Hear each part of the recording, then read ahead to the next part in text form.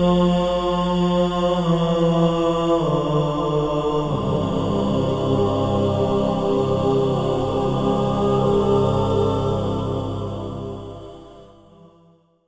اللہ الرحمن الرحیم الحمد للہ رب العالمین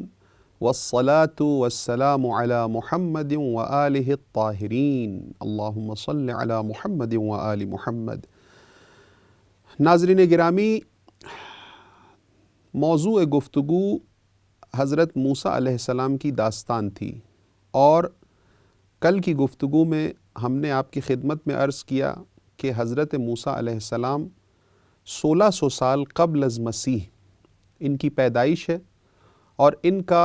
شجرہ نسب دیکھا جائے تو یہ 4 واسطوں سے حضرت یعقوب ابن ابراہیم علیہ السلام کے فرزند ہیں، یعنی موسیٰ ابن عمران ابن قاہس ابن لاوی ابن یعقوب ابن ابراہیم علیہ السلام۔ اور یہ لوگ، ان کے اجداد یعنی حضرت ابراہیم علیہ السلام شام سے فلسطین، اور پھر ان کے فلسطین میں کنعان مقام پہ حضرت یعقوب کی رہائش، اور وہاں سے حضرت یوسف علیہ السلام کے دور میں یہ لوگ فلسطین کی سرزمین سے مصر کی جانب ہجرت کرتے ہیں، اور وہیں پر حضرت یعقوب علیہ السلام کے جو 12 بیٹے تھے ان کی نسل اور قوم بنی اسرائیل وہیں پر پلتی بڑھتی ہے، اور تقریباً 4 نسلیں گزرتی ہیں کہ اس کے بعد حضرت موسیٰ علیہ السلام کا ظہور ہوتا ہے، اور عالم یہ ہوتا ہے کہ اس وقت بنی اسرائیل کو مختلف انواع و اقسام کے شکنجوں میں فرعون کے سامنا کرنا پڑتا ہے، کہ جس کا ذکر انشاءاللہ سورہ قصص میں ہم بیان کریں گے۔ اگر دیکھا جائے تو حضرت موسیٰ علیہ السلام کے ایک بھائی ہیں حضرت ہارون، اور ان کا ذکر بھی قرآن کریم میں آیا ہے، کم آیا ہے لیکن آیا ہے۔ حضرت موسیٰ علیہ السلام کی زندگی کے مراحل کو قرآن کریم نے تفصیل کے ساتھ تفصیلی انداز میں ذکر کیا ہے، چنانچہ ہم نے آپ کی خدمت میں عرض کیا کہ 34 سوروں میں حضرت موسیٰ علیہ السلام کا اختصار کے ساتھ یا تفصیل کے ساتھ کسی نہ کسی طرح ذکر ہو رہا ہے، لیکن جو تفصیلی ہیں 5-6 سورے تفصیلی ہیں جس میں حضرت موسیٰ علیہ السلام کی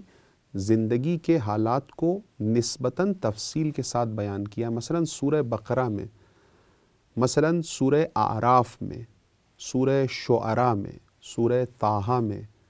سورہ قصص میں، سورہ یونس میں، سورہ غافر میں،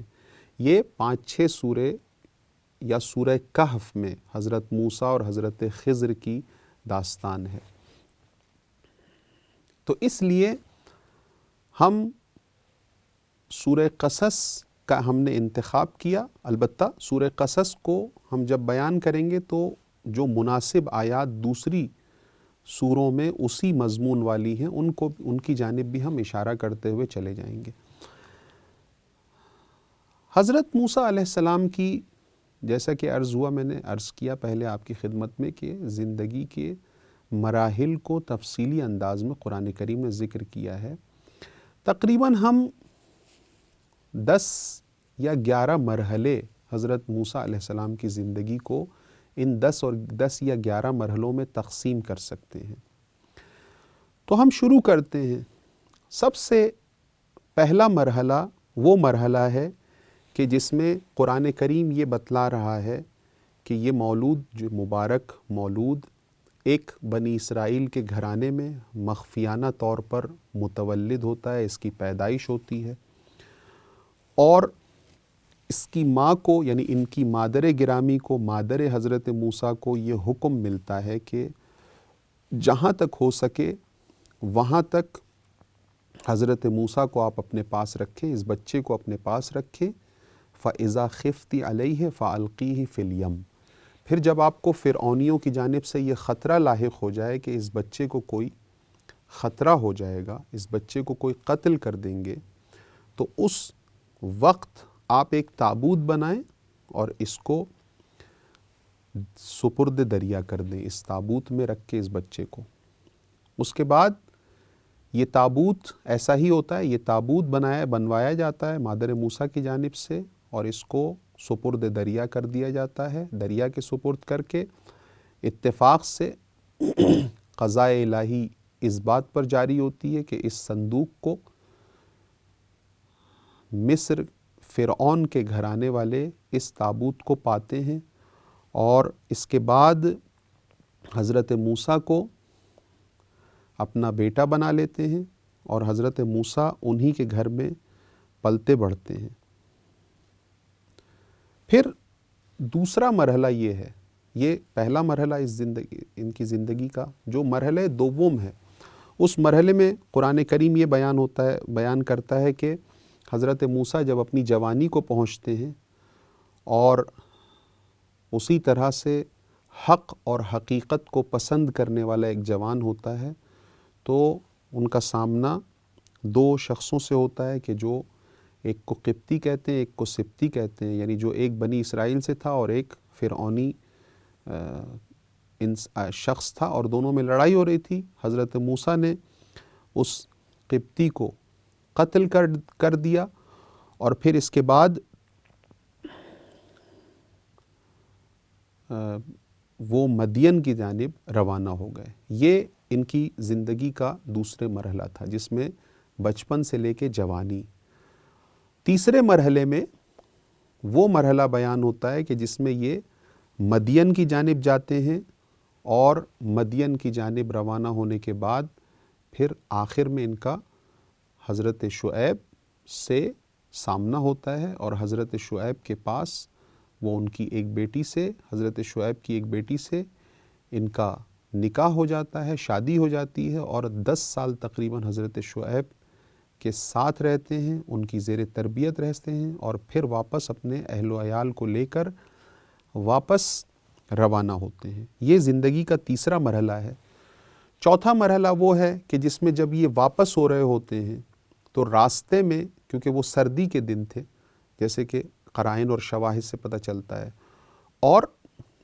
ایک جانب دیکھتے ہیں کہ آگ موجود ہے، تو اپنے گھر والوں سے کہتے ہیں کہ آپ یہیں ٹھہریے، ہم جاتے ہیں اور آگ لے کے آتے ہیں تاکہ ہم لوگ اس سے سردی سے بھی بچاؤ ہو سکے، اور شاید ہمیں کوئی وہاں مل جائے تاکہ ہم اس سے راستہ پوچھ سکیں۔ جب وہاں پہنچتے ہیں تو القصہ مختصر کہ وہاں پہ ان کو نبوت عطا ہوتی ہے، ان کو رسالت اور ذمہ داری عطا ہوتی ہے کہ تم فرعون کے پاس جاؤ اور حق کا پیغام لے کر جاؤ، اور ان کو 2 اہم معجزے عطا ہوتے ہیں، ایک معجزہ عصا جس کو عصائے حضرت موسیٰ، اور ایک ید بیضا، یہ 2 معجزے عطا ہوتے ہیں۔ 5ویں مرحلے میں وہ اہم مرحلہ ہے حضرت موسیٰ کی زندگی کا، جس میں یہ اس ظالم اور جابر بادشاہ کے سامنے جاتے ہیں، اس کے دربار میں جاتے ہیں، اس کو حق کا پیغام سنانے کے لیے۔ فرعون کے پاس جا کر جب حق کا پیغام سناتے ہیں، حضرت موسیٰ حضرت ہارون کے ہمراہ ہوتے ہیں، چنانچہ قرائن اور شواہد سے اور دیگر آیات سے پتہ چلتا ہے، تو وہاں پر عصائے موسیٰ، جب حضرت موسیٰ اپنے عصا کا وہ اعجاز الہی دکھاتے ہیں تو فرعون یہ الزام لگاتا ہے کہ آپ جادوگر ہیں، جادوگری کا الزام لگاتا ہے، اور اس کے بعد ایک مقابلے کا انعقاد ہوتا ہے جس میں شہر کے اچھے جادوگروں کو، ماہر جادوگروں کو بلایا جاتا ہے، اور حضرت موسیٰ سے ان کا مقابلہ کرایا جاتا ہے۔ اس کے بعد جو اگلا مرحلہ ہے، اگلے مرحلے میں وہ مرحلہ زندگی کا یہ مرحلہ ہے کہ جب جادوگر ہار جاتے ہیں اور جادوگر ایمان لے آتے ہیں، پھر بھی فرعون مانتا نہیں ہے، فرعون حق کے سامنے سر تسلیم خم نہیں کرتا ہے۔ پھر خداوند متعال کی جانب سے قوم فرعون پہ انواع و اقسام کے عذاب نازل کیے جاتے ہیں، مثلا ٹڈی کا عذاب، خون کی بارش ہونے کا عذاب، جوؤں کا عذاب، اور اسی طرح سے طرح طرح کے عذاب نازل ہوتے ہیں۔ اور پھر فرعون اور قوم فرعون کا حضرت موسیٰ سے یہ التجا کرنا کہ اپنے رب سے یہ آپ دعا کریں کہ اس عذاب کو ہمارے سر سے اٹھا لے، اس کے بعد ہم ایمان لے آئیں گے۔ اور پھر جب قوم سے وہ عذاب اٹھا لیا جاتا ہے پھر بھی وہ ایمان نہیں لے کے آتے ہیں۔ اور پھر اس کے بعد حضرت اگلا مرحلہ جو آتا ہے وہ انتہائی اہم مرحلہ آتا ہے کہ جس مرحلے میں حضرت موسیٰ کو یہ حکم دیا جاتا ہے کہ اب فرعون اور قوم فرعون قابل ہدایت نہیں ہے، اب تم اس زمین سے اپنی قوم کو لے کے یعنی بنی اسرائیل کو لے کے ہجرت کرو، سرزمین فلسطین کی جانب ہجرت کرو اور دریائے نیل کو کراس کرو، دریائے نیل کے ذریعے سے اس کو کراس کر کے تم ہجرت کرو۔ اور یہاں پر وہ اہم موڑ آتا ہے کہ جس میں حضرت موسیٰ علیہ السلام اور ان کی قوم کو نجات ملتی ہے